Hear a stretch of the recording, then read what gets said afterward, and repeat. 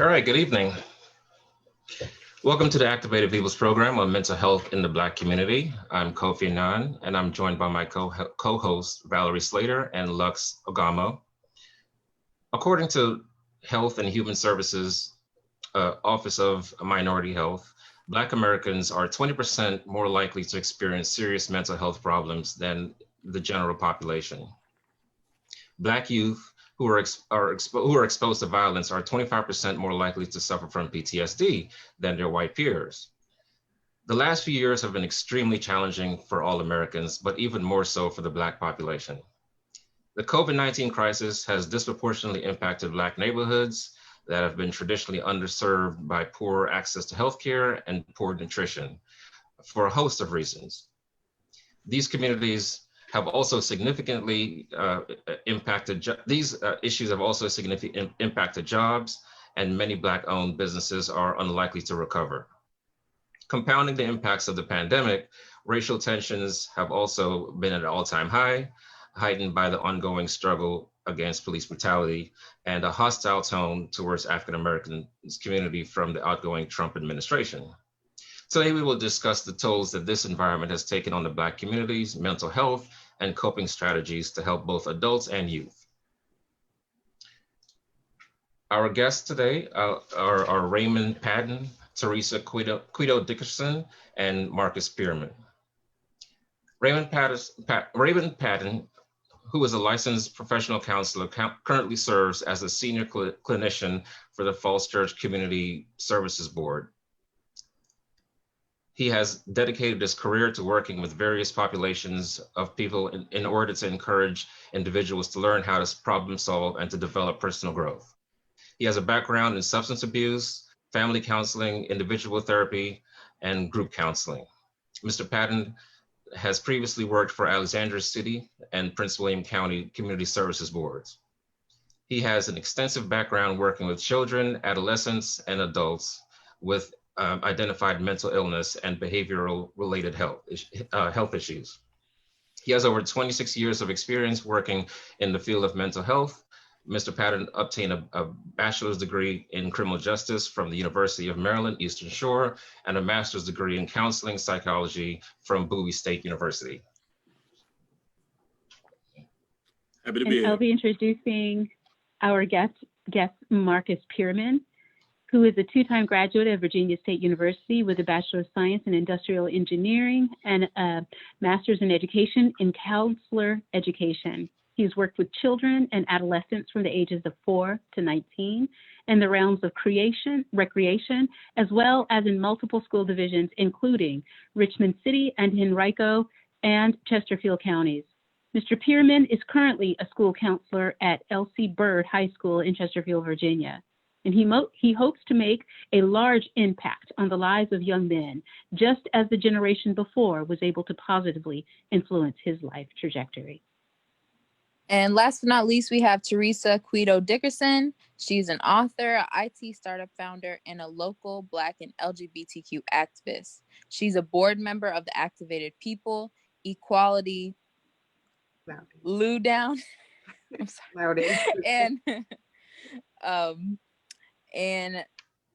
I'm sorry, Loudoun. I try to keep it in my head. And Loudoun now, and currently serves as a member of the Loudoun County Community Services Board. She's a strong advocate for mental wellness and its impact on physical well-being, fusing her career as an IT programmer and has a passion for natural living to launch Natural Mix, a female empowerment community app dedicated to educating and empowering women to take back control of their own physical and mental wellness. Awesome. Well, again, thank you all for taking some time out to be with us this evening. For starters, what would you say is the state of Black mental health right now? And I'll just throw this question out to all of our panelists. If it's going to give us your opinion. I know it's not a fair question, but what is the state? I guess the first word that comes to my mind would probably be chaotic. There are so many different issues from dealing with the pandemic to just the, I know people like to use the term systemic racism, but I always like to clarify, when you use the system, just to make sure we're clear, it's in all facets, whether it's mental health, the school system, the police, because people look at the police as the targeted area. And I'm like, we got a lot more problems than just the police. It's the reason I get so much attention, because they are, people are dying from involvement, or altercations or interactions with police. So that a lot of times gets a lot of the attention, but we have just as many issues with the school system and everything else. So yeah, chaotic would probably be my word that I would choose to describe how Black people are. Mental health is right at this particular time in the world.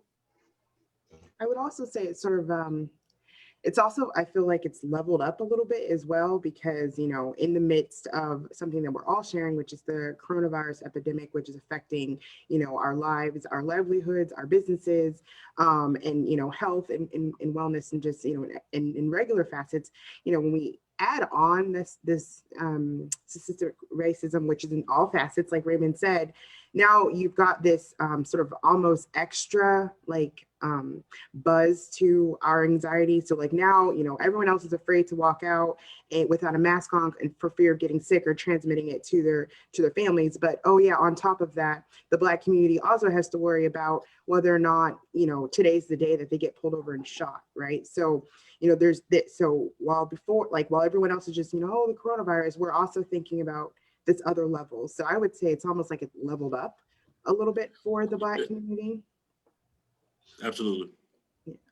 And I would add, there are four main words that come to mind when I am asked this question. I think about the hurt of the Black community. I think about just in general, social media plays a big factor into this. So think about it. You wake up in the morning, let's say you have to be to work at 8 o'clock in the morning. You get up in the morning, about 6:30, you take a shower. What is first thing most of us do? We check our phones. You see CNN notifications, or you check your Instagram, or you check your email, and your inbox is flooded with things about another person that's been killed, or just some another example of systemic oppression. Maybe there's a headline or something, or whatever the case. I think about the confusion, because there are a lot of people who prior to this point, I'll say in my generation, I'm 31 years old, excuse me. So I would say my generation, there are a lot of people that I talked to prior to the last 5 years. I wasn't one of them, but there were some people who said, that they hadn't even experienced, acts of racism against them, or maybe they didn't have a clear understanding of even what that looked like. And now it's become a bit more prevalent, because to a lot of our beliefs, people are the people who carry out these things are a bit more emboldened, a little bit more empowered, probably within the last 4 or 5 years. And I'm not blaming that on any specific thing. I'm just saying that seems to be the sentiment. I think about separatism. And that's another angle, because with that, there's a lot of infighting. So you have people who think that there's one way to go about doing something, and people who think about another way to go about doing something. Instead of us coming together and finding a way to move from point A to point B, we have a lot of infighting. You have the older generation and the younger generation. You have the professionals against the white collar workers against the blue collar workers. You have the men against women. You have straight against other sexual orientations. You have those different types of things that are going on, and it creates a level of separatism, because along with the confusion. And then the final word, because I wrote all this down, was just anger. Just in general, you have a lot of people who just in general have all this rage built up inside them, and they don't know how to express it. They don't know a constructive way to go about and change things in their community, or whatever the case, because for some of them, it's their first time really even dealing with a lot of what's going on right now. So those are the four things that come to my mind when I think about the state of Black America. It's funny. Yeah. It's funny you should say anger, because I remember the beginning of this year, I decided to launch my business, and then COVID happened, and I'm like every other business person, I'm like, okay, I'm going to pivot, and all those other buzzy business words. Mm-hmm. And then the police thing happened, and I was so mad. I was like, are you freaking kidding me right now? Like, as soon as I'm able to get to a point where I'm able to start to build something for myself, and I have the time and I have the finances, and I'm able to just economically take myself to the next level. Mm-hmm. We're right back where we started in 1860. And I'm like, are you freaking kidding me? I was so angry. And I wrote an article about that. I'm just like, while everybody else is worrying about like, pivoting their business, and I'm like, okay, I've got to stop working on my business, because now I've got to fight for my kid's right to be able to walk down the street, or my brother or my father or something. Like I literally had to stop, because I'm not going to sit and complain about it, not do anything. So I didn't get the opportunity to just, zero in on pivoting my business. I was mad. I was like, that's not fair. While white businesses are able to like come up with all these ideas and everyone's like talking about it, I had to stop. And like, I mean, I was going to fight anyways, but like you think about that, there's this piece of us, like I'm Black before I'm anything, and I'm a Black mother of Black sons before anything. So of course I had to do that first. But by golly, I could be the next Jeff Bezos, but I don't get to, because I had to take the whole summer to focus on something else versus programming my app. You know what I'm saying? Like that's where my anger came from. Like, and I think a lot of Black people could attest to that. Like we didn't get to just focus on one thing, because there's this other level. Yeah, it's kind of like you don't get to take the types of breaks that other people do. Yeah. No. Or you have, you always have this one other thing to focus on, or this one other thing that demands your attention that no one else, Right. other people have the privilege of not worrying about. Right. Yeah, definitely. So, I think a couple of you mentioned how today, all the stuff happening today, happened before, and some of this stuff just kind of gets passed on from generation to generation. Can we talk a little bit about how that the collective drama, or collective trauma, I should say, and how the issues of the past and the burdens that our parents and generations before us had to deal with, how that gets passed down to us, even if it doesn't necessarily happen to us necessarily. Like I've never had a serious run-in with the police, but I understand how I still feel that pain. I still feel that strain and that stress. And I still feel that when someone else has that pain, I feel it too. So can we talk about how that stuff kind of gets transferred to all of us, even if we're not directly impacted personally? Absolutely. I can jump in here. Well, one of the main things that people should really look at is, because you hear slogans. I always talk with people about slogan talk, right? And one of the slogans is make America great again and all these type of things. But for Black people, you have to say, when were we at this premium place in time, right? The apex, right? Right. Where was this premium place in time where there was was without struggle, or it was just because you can go from slavery to Jim Crow to the 60s and up to the 70s. You can go through and track. There has never been this golden time where everything was just great and we were running around just so happy because things were so.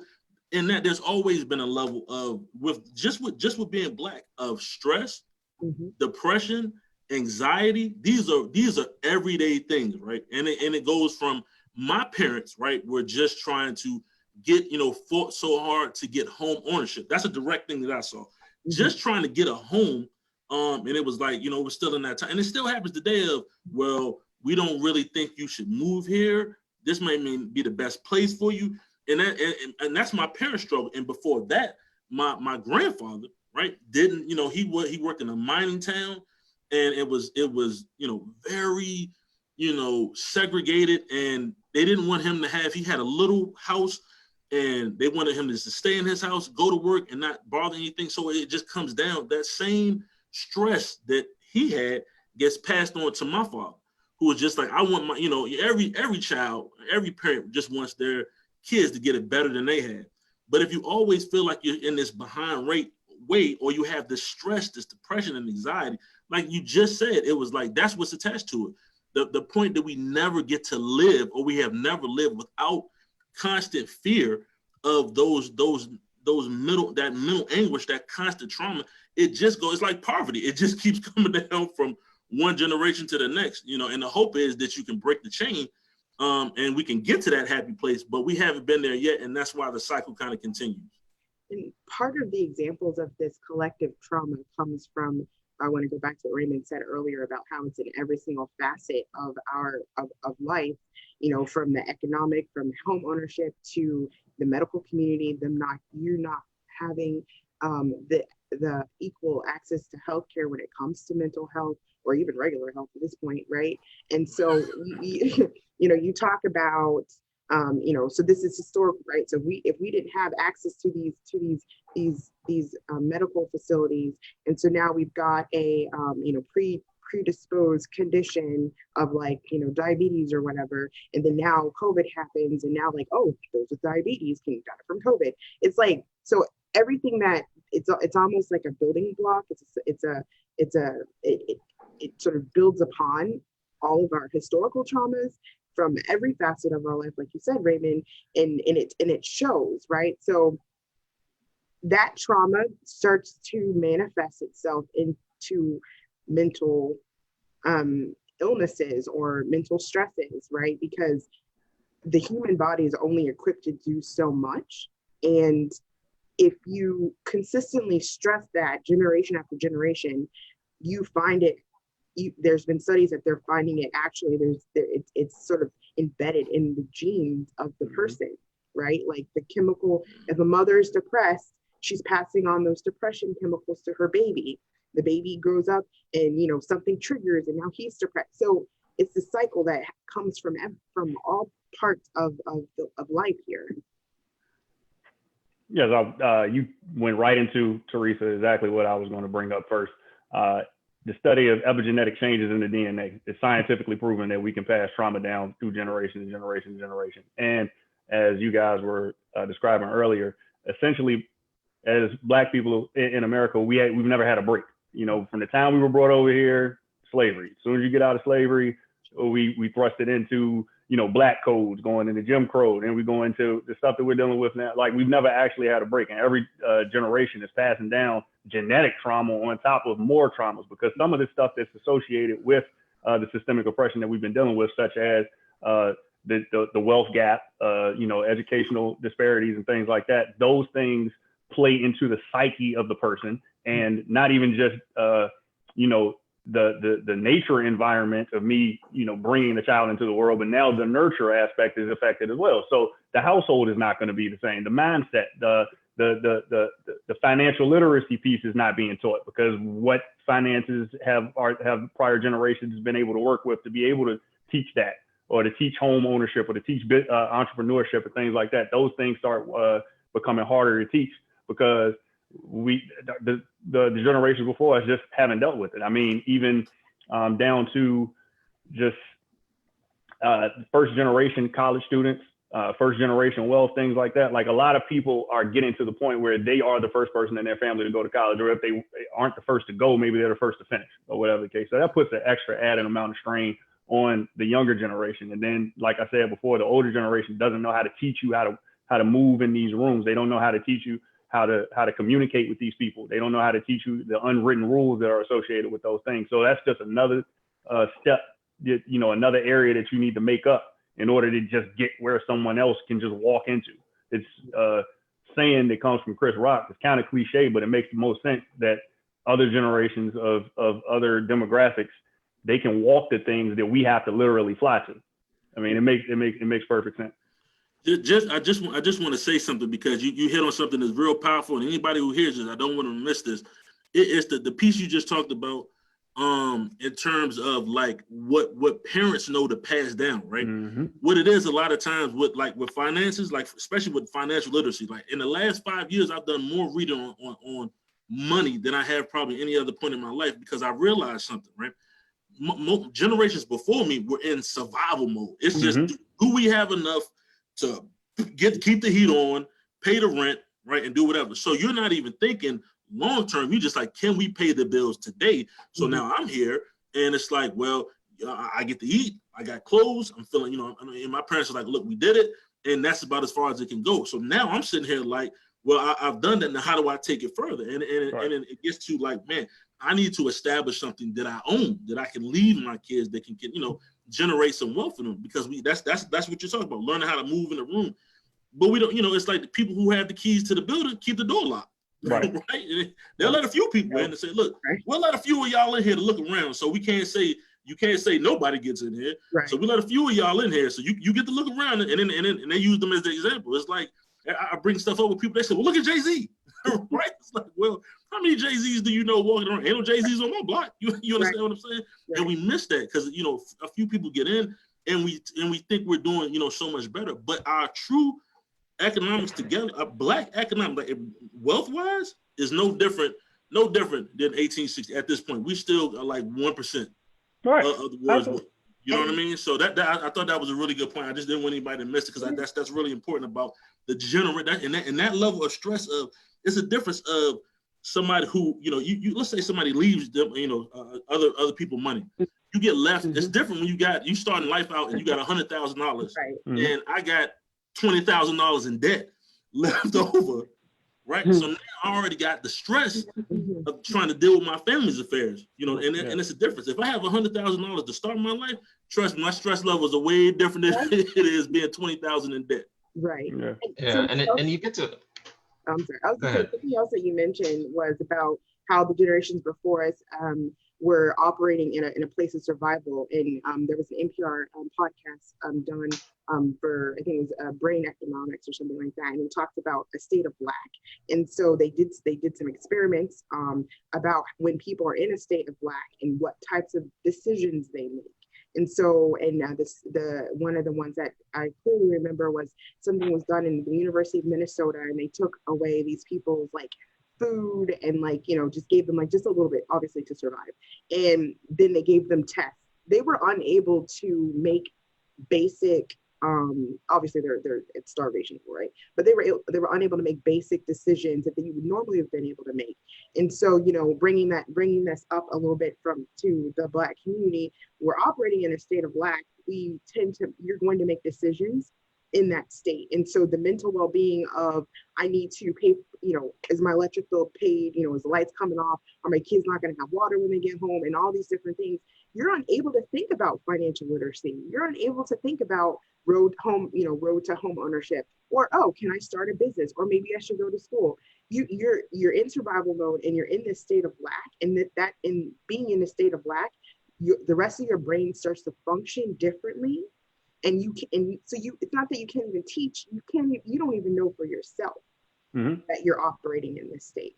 So I just wanted to talk about how that generation, you know, and I even know, like, you know, my mom was raised in the projects, and in her generation, everybody went to college and it became a thing. Everybody went to college. And then now me and my cousins, we all went to college, and now we're all starting businesses. Like we're trying to level up, but you know, that's all that we can only do, one small step at a time, because there's no one got $100,000, right? And I'll add one more piece because I don't want to take too much time. But then the other piece of it is, usually when one of us, first generation or whatever the case, when we make it, the people who are around us are not on that level. So that could even be your parents, that could be your brothers and sisters, that could be your cousins, whatever the case. You are so busy trying to take care of the people that are around you because they can't take care of themselves. And that's another setback. Yeah. So whereas if my parents had something to leave me, and my brothers and sisters were well off, and my cousins were well off, and everybody I grew up with, we're all doing well together. Nobody has to do any of that. We can help each other out if whatever the case happens, or somebody, you know, falls a bit short here or whatever. But with us, it's usually one or two people that get it together. And then, you know, you got aunties, uncles, cousins, whoever. These people need help from time to time, and you're the one that they're going to look to do that. So you either have one or two options. You got to put your family first, which is putting a bit of mental strain on you because of the people that you can't help out. Like, Mom, I don't have that. I can't help you with the light bill this time, whatever the case. I mean, if you're a caring person, which most of us are, that's going to hinder you mentally. That's going to throw off things. That's going to have anxiety. That's going to add to your depression and things like that. Or you got the other option of just going ahead and helping them, which is going to, at some point, probably suck you dry. Not much that you could do. So that's just another added strain. Yeah, and I'll just say one more quick thing before I kick it over to Valerie, so I know we got to move on, but it just to piggyback on some of what was said, like when you're operating on basically like this really tight, shoestring budget and so forth, you really have a hard time taking risks.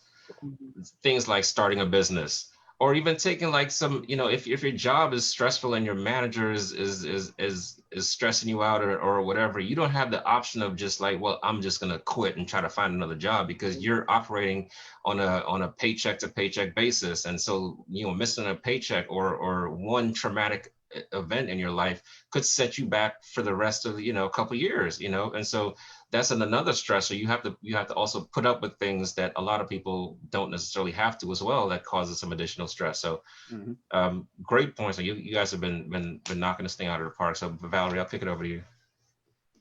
Yeah, but you know what, Lux, I know you had a couple of questions that you wanted to focus in on that were very youth specific, but in the same lane. So I'm kicking it to you. So yeah, just to start off, one more topic. How is the current mental and emotional state of children similar and different to that of adults in Black communities? I want to say something as a mother. Especially right now, I raised my children to think that they could do anything, and they were very aware that they were black boys, right? But I raised them in the state that I raised them in a sense that said, well, that's actually your superpower. Like, great, I'm saying, you're a Black man, this is what you can do. And now they come into this time, and my son, he goes to school in Miami, and I'm from Naples, Florida, which is right across the panhandle from Florida. And you have to drive from my hometown where he stays with my dad to Miami. And he said this was right when I think it was what's his name, Castillo, I can't remember his first name, when he was in the car and the cop shot him. He was like, Mom, what should I do if the cop pulls me over? And I was like, put your, of course the safety will put your hand on the steering wheel, blah blah. He was like, well, that's that other guy just did. They still shot him. I was like, well, okay. Like, what do you say to a teenage boy who was trying to drive to college to educate himself?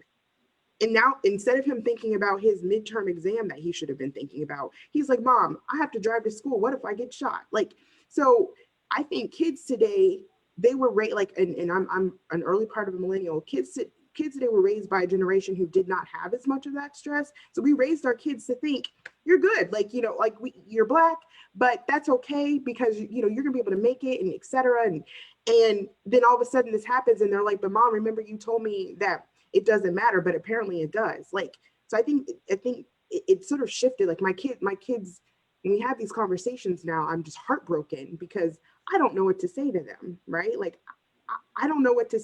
I've been telling them being Black is okay, and then now they're coming into a world where they're like, oh, but it's not, right? Like, I don't know. I feel like it's sort of saddening, to be honest. I'll self-disclose first and use this to kind of get into my point. So I work at a high school. I work at LC Bird High School. So I'm working, and I also mentor adolescent males. So I use myself as an example all the time. It was a conversation I had with my mom. My mom, growing up, me and her, we have a great relationship now, but growing up, she was extremely strict. And I thank her for it in the long run, but she was extremely strict. So, I mean, everything from, I remember when I used to have my hair braided, or the way that I wore my clothes, or, having my hands in my pocket, or picking up a magazine in the store to look at it. And I used to get so frustrated with my mom for telling me, you can't do that. Don't go in the store with your hands in your pocket. Why can't I go in the store with my hands in my pocket? He has his hands in his pocket. Things like, I just didn't get it. I just did not understand. And then the older that I got, and the more that I started seeing some of the things that have been transpiring, and granted, we know that this stuff has been going on for the longest, but with the advances of social media and things, we just see it more prevalently now. I just started understanding more as I got older. Oh, I get why Mom didn't want me to do those things, because she didn't want me to be perceived in a way that could end up getting me hurt. So I think that for a lot of the kids, it's one of those type of wake up aha moments. Like for a lot of the youth, it's and they're exposed to it a lot more frequently than we were growing up. And I can speak for anybody, even anyone who's in an older generation than I am, because we didn't have this kind of social media when we were kids. We had to actually go sit in front of a TV to get the news, or we had to hear it from somebody, or we had to read a newspaper, or we had to cut the computer on. Like literally from the time they wake up to the time they go to sleep, they're being fed constant information. And some of the information that they're being fed is going to lead to more traumatic experiences and a desensitization almost. So I would say to compare their experience to the experiences of the older generations, the kids, with their lack of understanding with some of it, it's hitting them a lot faster than we might have wanted it to hit them. Mhm. So whereas we're trying to teach them and kind of ease them into understanding what the society looks like, they're being bombarded with it. And it's harder than the teachers and the parents. And it's hard for us to keep up with it in a sense. I wholeheartedly agree with your point. I think the stuff, I mean, just to directly say, just the stuff I say, I'll give it to you in a two-pronged way. First, it is the kids, right? So we have, let's just take, even in COVID, even in the times of COVID, we have bullying, the cyberbullying. Even at this point, I live in Loudoun County, and they had to send letters to my house about, inappropriate racial comments made, where people are having, like, family members are coming into kids' classrooms, virtual classrooms, and saying inappropriate things to, kids that are, trying to get their education. So we have the consistent cyberbullying, depression, anxiety. They got fear. Access. The thing you're talking about is the access to information. That is my greatest concern. I got two daughters. One is 5, one is 3, right? And the thing about it is what they're exposed to. Now, of course, my daughters like Mickey Mouse and all this type of stuff. That's where I want them to be.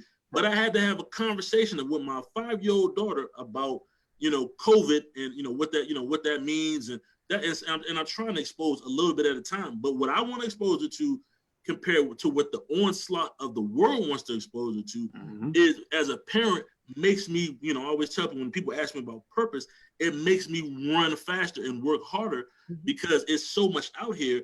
It's like this stuff is never off, like it's never closed, right? Racism is never off the clock. I always tell people I'll never punch out because this stuff is always at work. And the fact that our kids are so exposed, it's like how the world is now. Like you said, the social media stuff, there is no getting around. They're going to see some stuff. The part becomes, how do we navigate explaining to them what's going on? Because that's the piece. And then the other prong that I was talking about is we have so many kids, because we're talking about mental illness and mental health.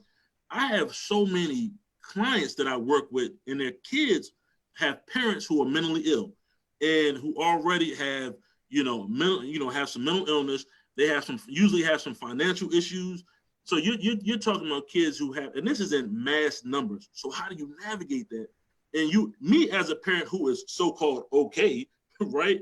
It still has my own struggles while trying to help other people. And that allows me to connect with people to say, hey, listen, I do this for a living, but there's still some stuff I got to figure out. I'm trying to get, how do I keep my own kids? And I was like, but the only way we can get there is through continuous discussion together, right? And find ways, because you may know a way that works. And I'm like, man, that sounds great. Let me try that with my kid, because that's what it has to be about. We have to get to that point where, that old saying that says it takes a village, to raise your kids. Well, we need to go bring the village back. Absolutely. We need, instead, as we move further apart, we don't need to move further apart. We need to get closer together, and be more purposeful in our working with one another. Look, I sat on the panel, and I'm just full transparent. I sat on the panel with Kofi. I was like, man, this guy's great. He contacted me. That's how I ended up here. That's being purposeful in our wanting to work with each other. And then we learn and grow, because this stuff is so stressful, especially if it's stressful for us, imagine when it's doing to our children. Exactly. We got kids that are so willing to commit suicide. You're talking about ending your life at 13, 12, 13. Every time I wake up and I have to think about something like that, it makes me nervous, because one of my daughters is a little sensitive. I don't want anybody to hurt her feelings. These kids say some stuff. I looked on one of the kids I work with. I used to do family counseling. I'll never forget, he showed me his Twitter. Now, I don't know nothing about Twitter and all that type. So he showed me this thing, and he had did something in class. All these kids were like, man, you should go home and kill yourself. Kill yourself? That's the kind of stuff that they're dealing with. And we don't, that's why I say communicate with your kids as much as possible. Even if they don't want to talk to them anyway. Because unless you continuously get involved with them, they may be going to do some stuff that you're not clear about or don't understand. I always say, look, this ain't the time to let them go. Don't let them go. Bring them in. Right. Your mom was strict. My mom was strict too. It's all right. It's all right. Look, I'm just as thankful. I'm just as thankful, because my mom being strict kept me out of a lot of stuff. And a lot of my friends didn't, a lot of my friends didn't make it out. Unfortunately, didn't make it away from them. So, yeah, it's real, man. The issues for children is so serious, and you have to be so sensitive to their needs. And when they're trying to have a conversation, we need to listen. You got to listen to them. It may sound like some gibberish to you, but it may be the most important thing in the world to them. You know, take every threat is serious. I always tell people that when it comes, that's how I deal with somebody comes and tells me they're having an issue that's suicidal. I don't care if you think you playing. I don't care. I'm going through the protocol. Every threat is serious. If you like that for people you work with, be more vigilant with your own children. To add on to that. I was gonna say, I like what you said, because one of the things I do with my kids, because here in Loudoun County, my youngest son, 2 of his classmates committed suicide. Once when he was in 9th grade, and another time when he was just happened. So I think it was like 11th grade going into 12th. I never had to deal with that at 14 and 17. Like, I just, like, you know about it and it's out there and like, oh, okay. But 2 of his classmates here in Loudoun County committed suicide. And that's a conversation I wasn't exactly prepared to have. Like, you know, we had the Black conversation, we had the education's important conversation. We're a religious family, so, you know, Jesus is important. I just never really thought as much about suicide. So here I am now having to sit down with my son and be like, okay, like, what are you feeling right now? Let's talk about it. And since then, I've started to have check-ins with my son, because one time, and I'm so glad I did, because one time my son said, well, Mom, you know, I'm really, really sad. I'm not really sure why.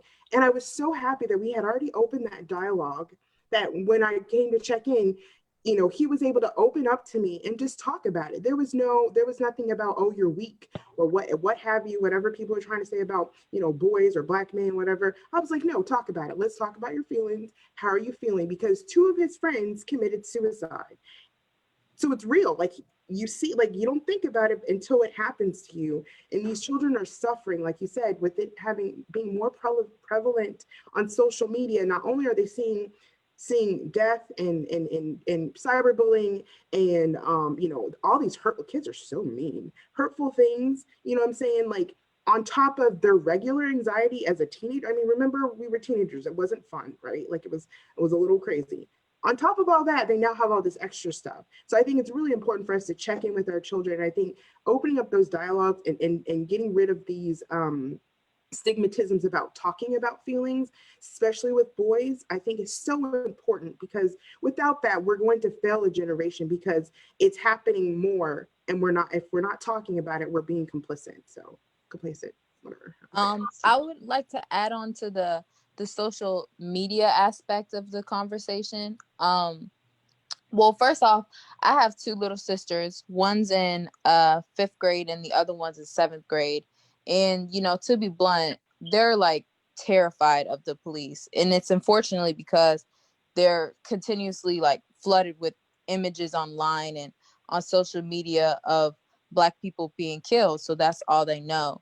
So, yeah, I think that social media does contribute to like the high anxiety that Black youth see today, because there's unfortunately a lot of ways that you could either be threatened online, or you just seen images of other people being threatened online. So I don't know what would be the solution to that, because I mean, it's kind of hard to censor like the whole internet, but I do think it contributes to the high anxiety that Black youth have today. And if I can just add on, you know, the young folks that we advocate alongside and for in Rise for Youth, you know, these are young people that they are experiencing these same traumas. They are experiencing these same onslaughts of social media, but the situations within their homes are such that many of them are having to step into that adult role. And so they don't have the luxury of saying, you know what, I might be feeling a little depressed today. I'm going to consider suicide. I'm going to consider, how am I going to feed my little brother and my little sister? I'm going to consider how I'm going to be able to make it to the corner store if I've got a couple of bucks without being accosted and perhaps someone trying to take that money or trying to convince me to do something that I shouldn't be doing. Mm-hmm. And so when we think about the traumas that when we cross the gambit of our community, of the Black community, you know, when I even think of my daughter's experience, it doesn't sound like that experience that I've just talked about. But I know some very angry youth, and they're angry because they aren't able to just be a child, and they have this continual flow of media coming at them that is demonizing them when all they're literally attempting to do is to survive. And so on the heels of that, I just want to ask a question. You know, are we even realizing that we are traumatized? Our children, our adults, do they even know that what they are experiencing, what they are living in is trauma? And how do we awaken that to a degree that they're going to be able to recognize it and then receive help? I'd say, first of all, if I could go ahead and go first, my answer to that would be, number one, through education, educating them on what these things look like, educating people in general. I don't just mean the kids at this point, I mean adults, because there are people who are older than me and people within my generation as well who are not aware of what therapy looks like. They're not aware of like the benefits of therapy. They're not aware of what to recognize within themselves to say, this is my reaction as a result of some trauma I've sustained. This is, these are my triggers, like things like that. And that's my own personal journey. I've had to do those things, and I'm still not 100% to the point where I want to be. It's a constant battle. But at the end of the day, those things are what have helped me. So I think education and telling people what these things look like is a big part of that. And then I'll say the second part of that is empathy. If we start empathizing and not just saying that because I don't see this problem in my life that it doesn't exist, then we're more willing to go and do the things that are necessary to go forth and help other people.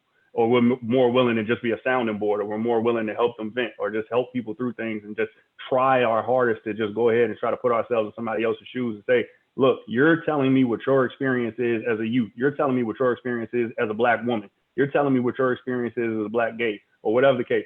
You're telling me what your experience is in this demographic. I want to empathize with you. I want to do all that I can to help you through that process, or whatever the case. And we can walk hand in hand together, and we can move forward and get from point A to point B. I think those things are very important, and I think it's missing. I just think there's a lot of just people who, if I don't identify with whatever it is that you're telling me you're going through, then it must not exist. And I think that has to stop. That leads to people talking at people. Like a lot of the boys that I work with, they come from these homes. They come from, they come from drug-infested environments, crime-infested environments, whatever the case. If I go to them and I talk at them with my degrees and my education and things like that, they do not want to hear that. I need to first build rapport with you. I need to show you that above all else, I care about you as a human being. Now you're more willing to listen to what it is that I have to say. Then from there, we can start moving on things. Then I don't self-disclose everything about myself, but I have no problem with telling them my background and how I grew up and the things I overcame, some of my struggles and things like that. And I can tell them, hey, if I did this, you trust me, right? You know that I love you. You know that I want you to be successful, and I want you to succeed. If I'm telling you these things, it's coming from a place of love, and they're more willing to hear me out and take some of what I'm saying. So I would go with those two things. Just to answer your question, do people realize that they went through some level of trauma? No. Nope. Why? Because what do we do? We say stuff like, suck it up. This is how we do it. This how, this just how it is. That's what we say. What can we do to get change? It is just like we talked about with wealth. It's access to information. If you want to understand trauma, you have to, it's like going to college. You want to you want to learn about banking, you go to school, be an accountant. You want to learn about trauma and how to deal with it, you go to somebody who knows. You come to see somebody like myself, hey, and then let's have a discussion. It doesn't mean that something's wrong with you. It's just saying, let's just have a discussion. And I will show you bit by bit, like these things added up, look like you've been through some level of trauma. It's just being willing to listen to people. And that's it. If we give, it's access to information. That's stop saying to everybody, suck it up. This is what we do. It's cool. We just got to ride it out. Because that's what we do. That's what we've been taught to do. Now that's generational. Mm-hmm. But we have to stop going from that to say and continue to remove the stigma that it's okay to talk about our problems and become problem solvers for ourselves. Mm-hmm. So, I like how you were talking about the stigmas. One of the biggest stigmas as a Black woman, along with suck it up, is, oh, you're a strong Black woman. And somehow that's supposed to negate everything that's happening to you. It's like, and so not that I don't think people say it to be malicious, but it starts to become this mantra in your head as a Black woman that, I'm a strong Black woman. I can't let somebody know when I'm not feeling good. I'm supposed to not cry in front of someone. I can't go to my friends and be like, yo girl, today is just not it, right? Like, and so I've always felt like those three words, strong Black woman, has started to cause that's what creates people not knowing they've been traumatized, because they're told that you're a strong Black woman, right? And that hinders us. And one of the things that I think we can do to recognize that is do periodic internal check-ins with ourselves and find out, like, just check with yourself, like, am I doing okay? When somebody asked on my Facebook, I'm scrolling the other day, I'm sorry to interrupt your scroll, but I want to say, how are you doing for real? And at first, I'm not really on Facebook as much, but I was like, but I stopped and I was like, thank you for asking. And I know this person. So I was like, I knew she genuinely meant it.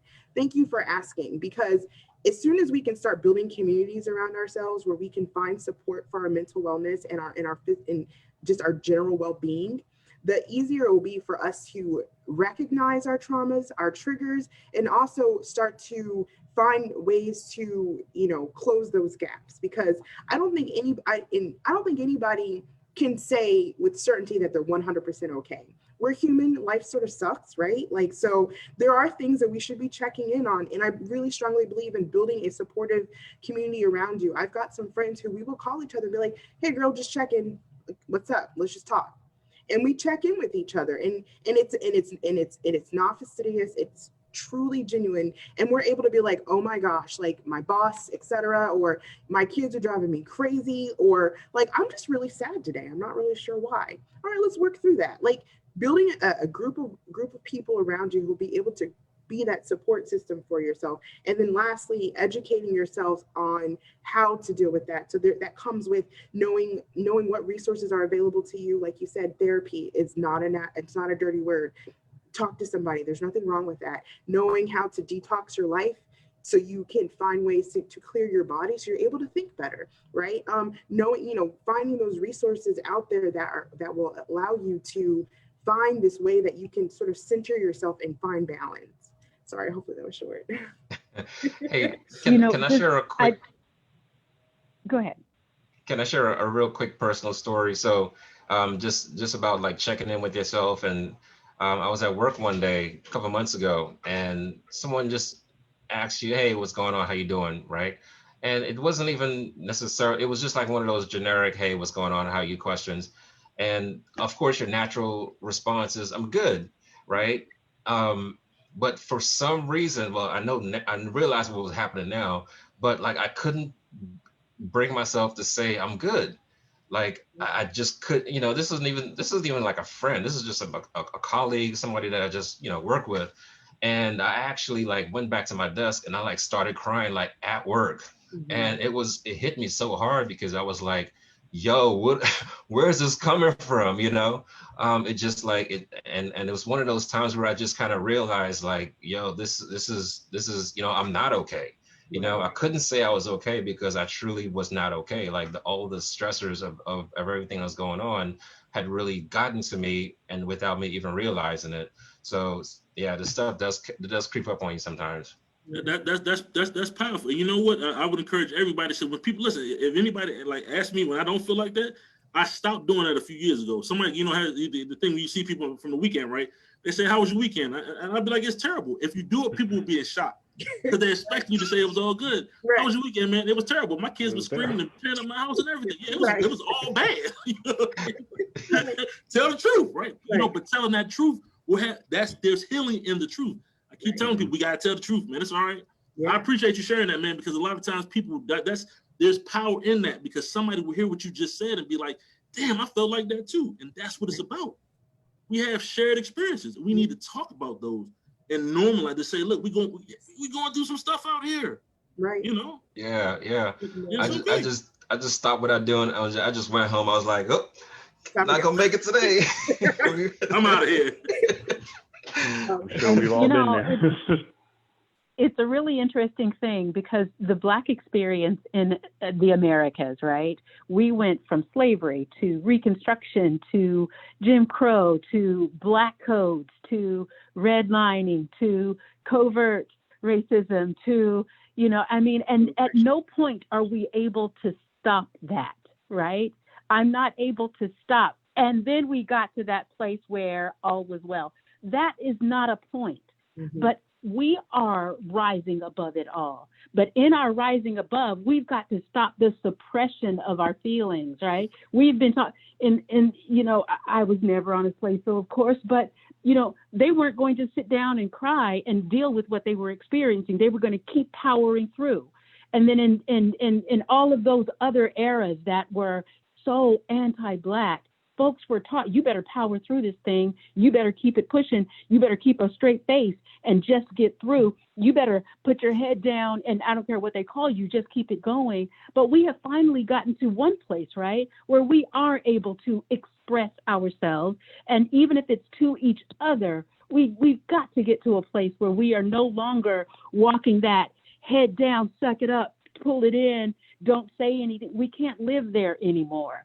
Because, you know, along with every advancement and growth that we have achieved, we've got to grow and advance in the way that we express ourselves and in the way that we are allowing ourselves to be fully human in our experiences and the expression of them, so that we can grow not just in how much money we make, but how healthy we are mentally, how healthy we are physically. You know, when we talk to our young people, we're constantly attempting to give them the opportunity to go beyond whatever their wildest dream has been. It's been stifled by what their lived experiences have been. And so we try to expand it so that they can dream bigger, see further, and hope larger for themselves and for their future.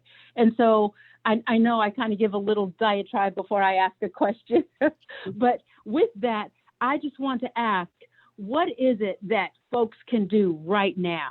What can they do? Okay, so yes, we need education in the Black community. We need folks to understand that they have experienced trauma, but what can they do right now? What can anyone that hears our voices, what are they going to take away? And how are they going to grow, not just within themselves, but their entire community is going to grow because of what you are offering them in this moment? What can you share?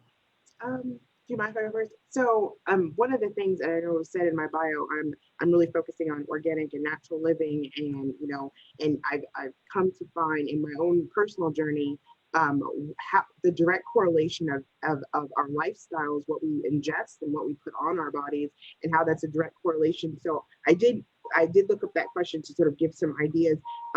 Sleep, like if sleep is so important. I know it sounds so stupid and so contrite, but sleep can help level set your mental wellness. Water. I don't know why I've met a lot of Black people who don't like water. I don't know why. We're 70% water. You need the water. The water helps your on a cellular level, what can help your body regenerate itself, and that includes your brain. Next one, chemicals in our foods cause serotonin drops. And there's also foods that you can eat that can help raise those serotonins. You can't get food, you can't derive serotonin from food directly, but you can get sort of these triglycerides that will create serotonin in your brain. You can get that from salmon, nuts, seeds. You know, these are converted into serotonin for your body. And there's also, you know, anxiety is a pretty huge problem when it comes to mental wellness. Check with your doctors and see if you have a gluten allergy. Gluten has a direct correlation with anxiety and depression. So it's like, these are small things, but it's things that I don't think a lot of people know. And that's why I've made it my life's mission to share these things, and how the things that we're not talking about can help bolster and educate ourselves to get to that more well-being state, and own your own wellness, like I like to say. You can go, Ray. Okay, let me just get you to this real quick. So one of the you said, what can we do now? I love those questions, because I'm about today. What we gonna do? What we gonna do? What we first need to do for all people is, like, before you take a step to do anything, you have to take a self-assessment, right? I mean, this is, and now, if you want it, before you can do anything else, we got to tell the truth. We got to be honest with ourselves. Self-assessment is one of the most difficult things you have to do, because you can lie to everybody else, but you can't lie to you, right? So you have to figure out, what is my stress? What things are stressful, what's not working, right? And then when we figure out what's not working, then we have to go into what is called problem solving mode, right? That is the doing that you're talking about. 4 things you need to do. 1, what is it that you want to do or change? What do you want to change? You got to figure that out first. What is not working? What does it do that I want to change? Number 2 is why. Why do I want to change this, right? Because the why will keep you there. Number 3 is, how am I going to actually do it? The doing. If I know this stuff is raising my blood pressure. I need to stay away from it, right? So how am I going to go about doing it? Smoking ain't going to help my blood pressure, right? And then we use logic. So if I want to lower my blood pressure and I smoke cigarettes, something apparently got to go. Right. It's the cigarettes, right? But that's what we have to do, you know. And then lastly, is what is the constructive outcome, right? Living a better life, because people use that type of term. I want to live a better life, and I'm looking for this to be the outcome, right? I want to live a better life because I want to be here for my family. So it is, again, just for people to catch it is what is it that you want to do? Why is it that you want to do it? How are you going to go about doing what you need to do? And then what is the constructive outcome you're looking for? That is what you can do today. Once you take a self-assessment of what's going on with you and you're ready to tell the truth to yourself. I say the self-assessment is absolutely number one. And that was the first thing that I wrote down on my list. Know yourself, absolutely. I think one of the number one benefits of therapy, and one thing that people who have not been to therapy do not understand about therapy, is that one of the big takeaways that you can get from that is learning yourself, just learning things that make you tick, what makes you happy, what makes you mad, what make, you know, things that have taken place in your childhood or whatever the case that leads to where you are right now. So I think knowing yourself, knowing your why, like why is it that you want to do what it is that you want to do? What is that? So the way that you can find your passion and your things and what it is that you want to do in life is by knowing your why. Like, why do you think you were put here? Whatever your belief is, that's not for me here for me to discuss, but whatever reason that you know the people that you know, why were you put in your neighborhood? Why were you put in this particular time period? Whatever the case, know your why. Try to understand your why. Try to turn your passion into, you know, understanding what it is that you can do to impact the world while you're here. Allow yourself to feel. Do not ask for forgiveness for feeling how you feel in any situation. At the end of the day, you are entitled to be able to feel how it is that you feel. Understand why you feel that way. Make sure that you make the right decisions and steps once you acknowledge how you feel. Of course, understand why you feel that way, but allow yourself to feel. There's nothing wrong with this. I feel this way today. Like today, I'm upset because of X, Y, and Z, or maybe I'm upset now. Honestly, right now, don't know why I'm upset, but that's okay. There's nothing wrong with that. And then lastly, I would say, and this is mainly what I tell kids, but I think it can apply to anybody. What I tell the teenagers: evaluate your goals and ensure that the goals that you are striving towards achieving is something that you want and not necessarily something that everybody wants for you. So that could be anything. That could be people around you want you to be a doctor, but you be perfectly fine being a school teacher. Maybe you got a passion for kids, and you making that amount of money is making your parents or whoever around you upset because they don't think that you're living up to your full potential. But if that's what makes you happy, then you can figure out a way to maneuver that and make the money later on that you want to make. But go and be a school teacher. Go do what makes you happy. Go and or that could be marriage. Some people think that they have a clock on them for when they're supposed to get married, but at the end of the day, maybe they're not in a position where they want to be married. So I'm just using that as an example. But just make sure that you understand what it is that you want for yourself and work towards that, and kind of not necessarily, you can take people's advice and things like that with a grain of salt, but don't let it dictate your life. I would say that. A really great way to take both of those things and put it into action. I really suggest journaling and writing those things down. Sometimes people, you know, I mean, nobody wants to sit in front of a mirror and be like, you know, you're tired today. Write it down, and then you can also go back and check on your feelings and see some of the different things, like those whys, and like the and checking with where you are. You can go back and say, okay, I see on, you know, last week this time I was dealing with this issue and I was able to do this and I feel great. And now you can create a sort of like, you can see where you've come from, and you're able to, you know, that can help you start feeling better as well, because you now see your own progress, right? Like, again, I really believe it's owning your own wellness, your own journey to wellness, and not leaving it up to someone else. Like, no one else is going to live your life but you. So you get whatever tools you need to get, write it down, talk to someone, visit, eat right, drink, whatever you got to do to get you together. You got to own that. No one can own it for you. Journaling is great. The only thing I say when people do that, I give them one piece of advice: when you journal, read it out loud. Once it's out loud, it ain't a thought no more. Now it's out in the world. Now you done put it out there, because once you hear yourself say some stuff, it puts a lot of power to it.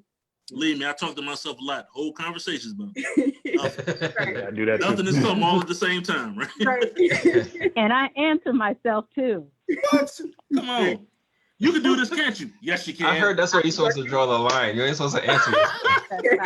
Nope. As long as Sometimes I have to tell myself, oh, but you can. When you Right. think something is too hard, it's not too hard. You got this, girl. You're right. You I can do do it. got this. It's productive. Yeah. Absolutely.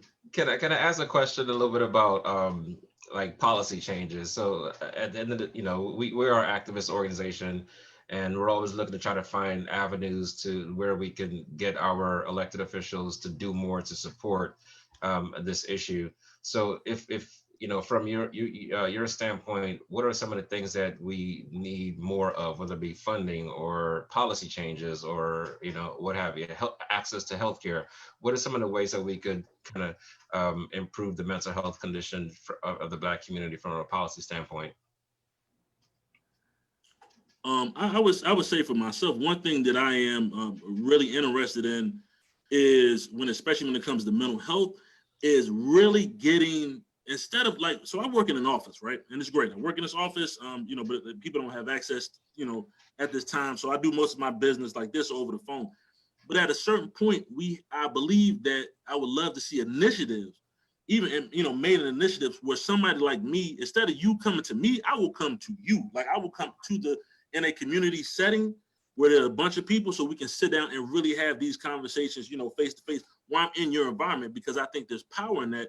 And I think, I'm willing to do it, but it needs to be, just not me saying it. I think we need to make our play more to people. Like we are trying to get to people, and people can get to me, yes, but I can get to more people if I can get to where they're at, actually being in an environment where, where we can sit down, like this, and they can ask me questions, for people who want to get educated.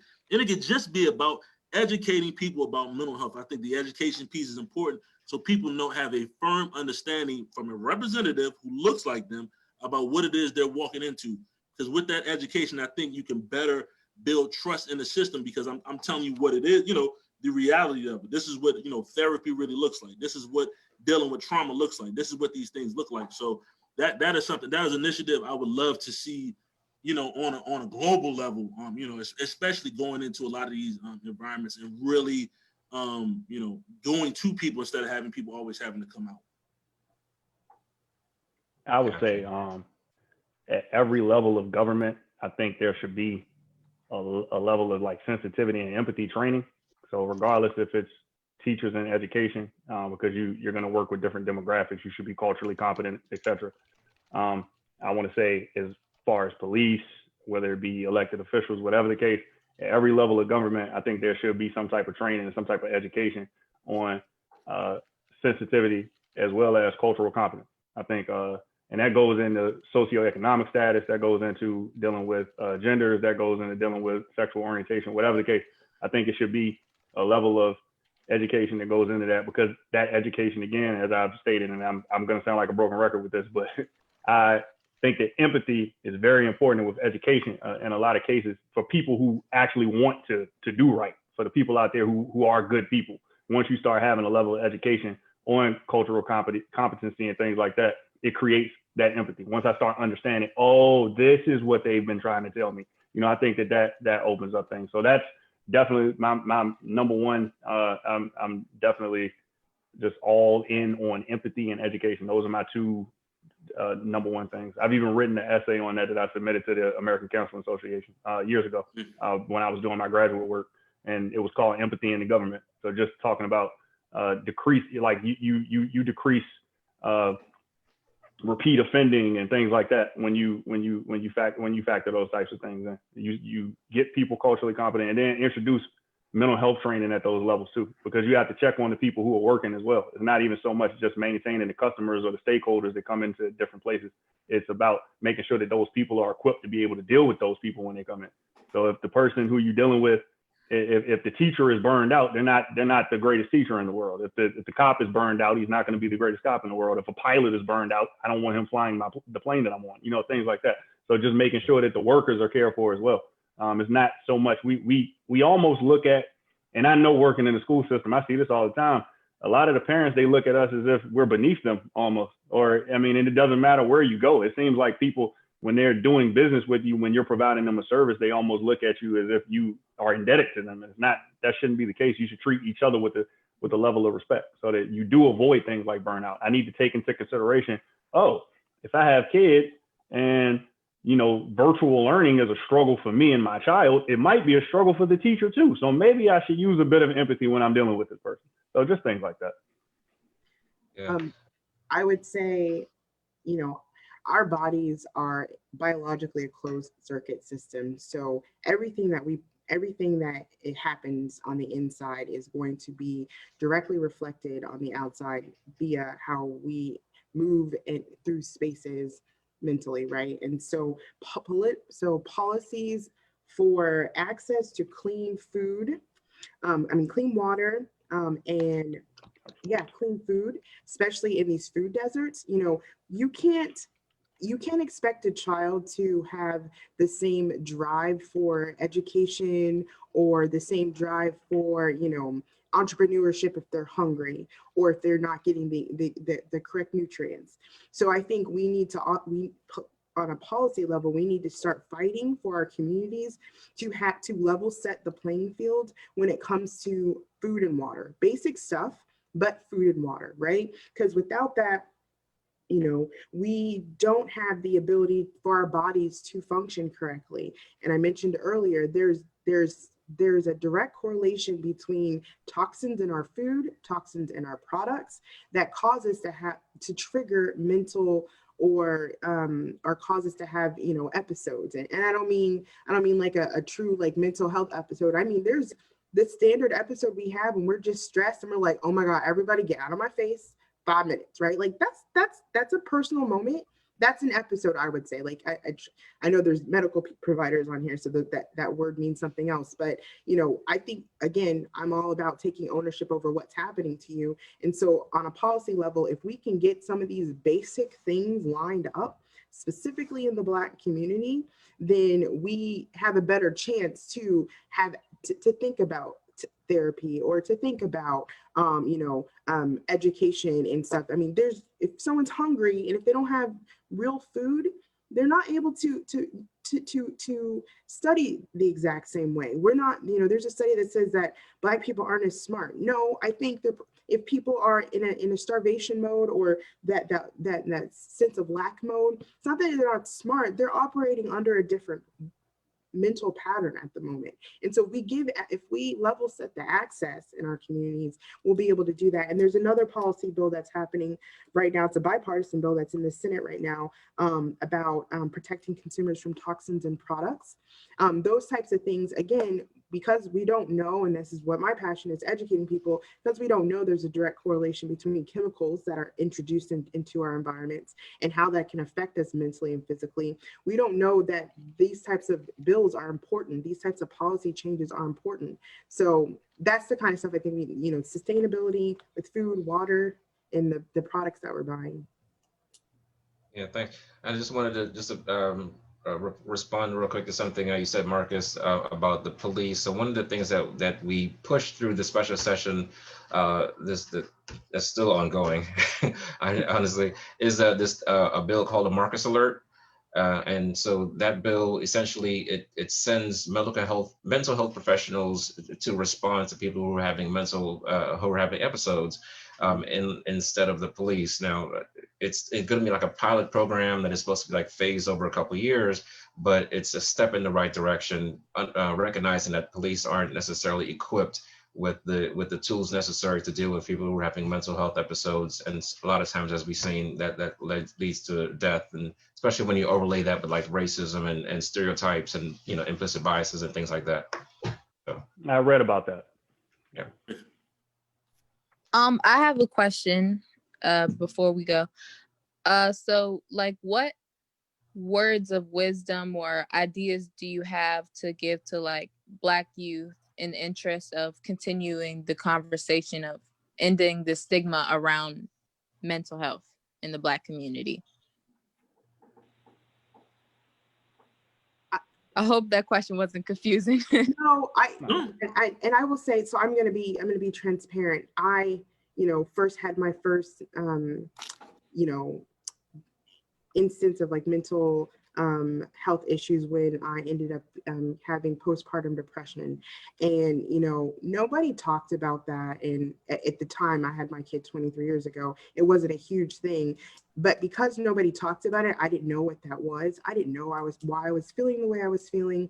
And, you know, fast forward to today, and, you know, I still battle sometimes with depression and anxiety.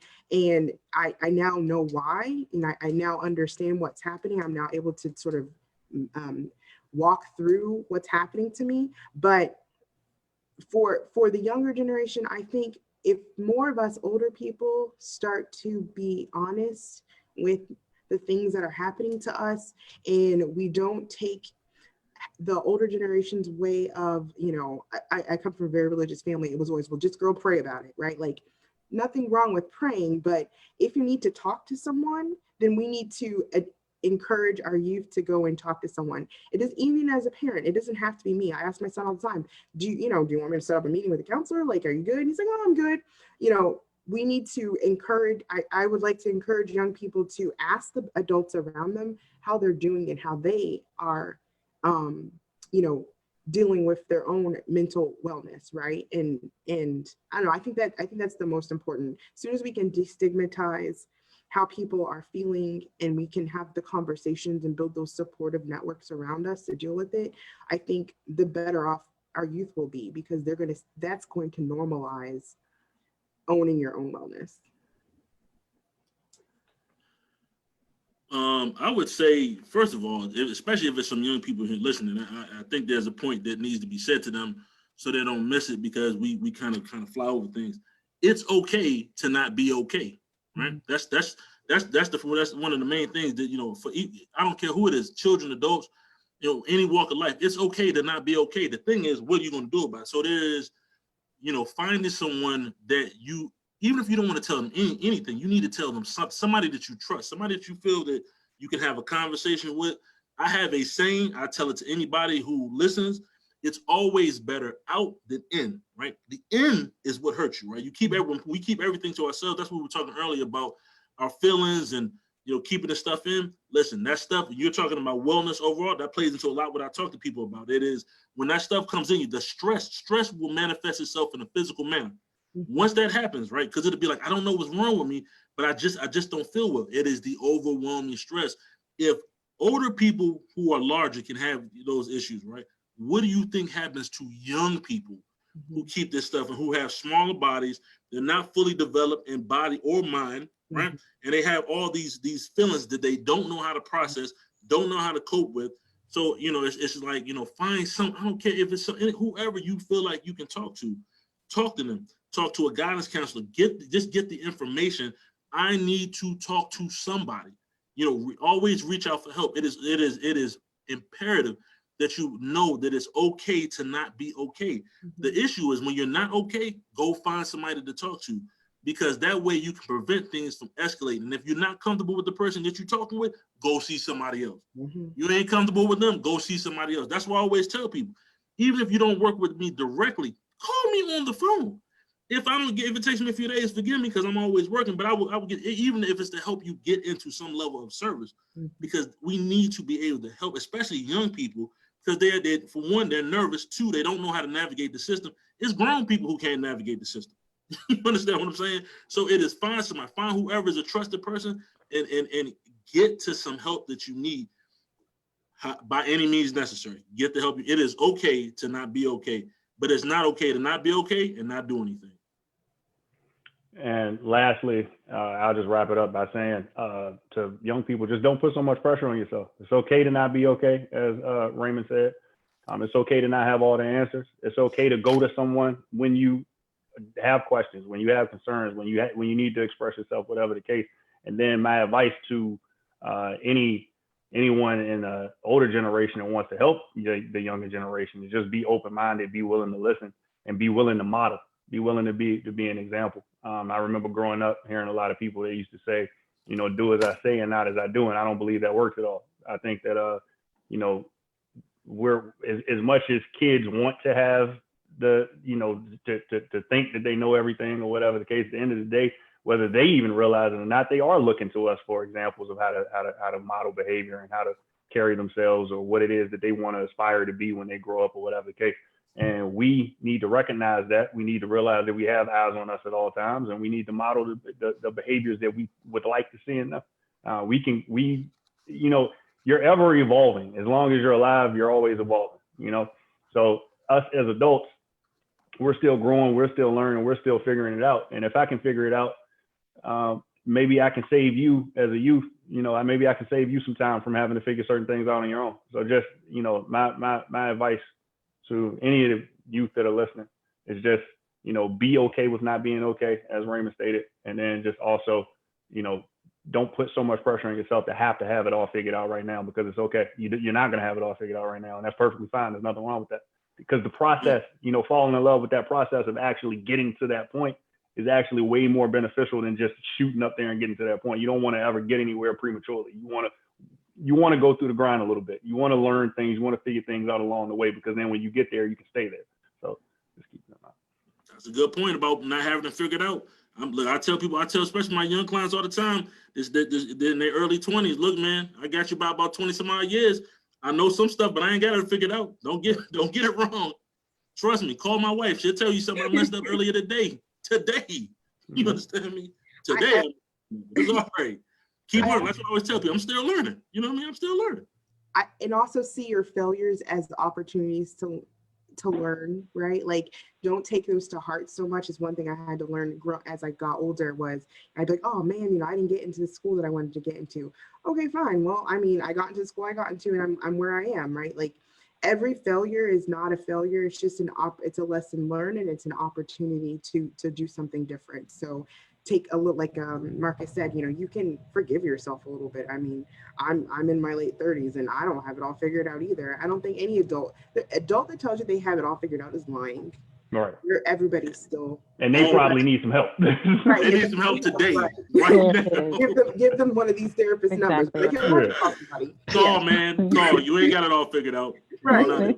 Just forgive yourself, because it's fine. It's a learning opportunity. Well, we want to thank you all, Teresa, Marcus, excuse me, and oh my gosh, I apologize, Raymond. Thank you all so much for sharing your expertise with us this evening.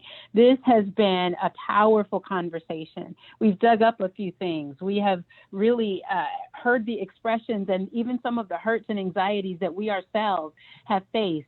And we find ourselves now at the moment where we need to give folks an opportunity to connect with you professionals that know how to get us kind of plugged in and headed in the right direction. And so I want to turn it over to Kofi now, but not before, once again, I just say thank you, and thank you again for all that you have shared tonight. Pleasure. Yes, again, thank you. Before we go, I wanted to share some mental health resources.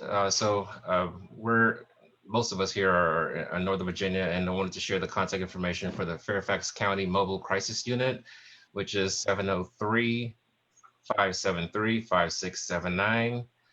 The crisis hotlines which is 703-527-4077, and the crisis line in Central Virginia, which is 434-947-HELP, or 434-947-4357, or 800-273-TALK. That's 800-273-8255. And also the information for the National the National Suicide Prevention Lifeline, which is 800-273, oh, that's the same number. So that's also the same number for and the National Runaway Switchboard, which is 800-RUNAWAY, or 800-786-2929, or 800-621-4000. Also wanted to share the information for our guests. If you wanted to get a hold of either Marcus, Teresa, or Raymond, Marcus can be reached at 804-201-1081, or email at mjpeerman89@gmail.com. His Instagram is mentality_like Kings Mentors. So that's mentality_like KINGS MENTORS. And Teresa could be reached at TQUITTOD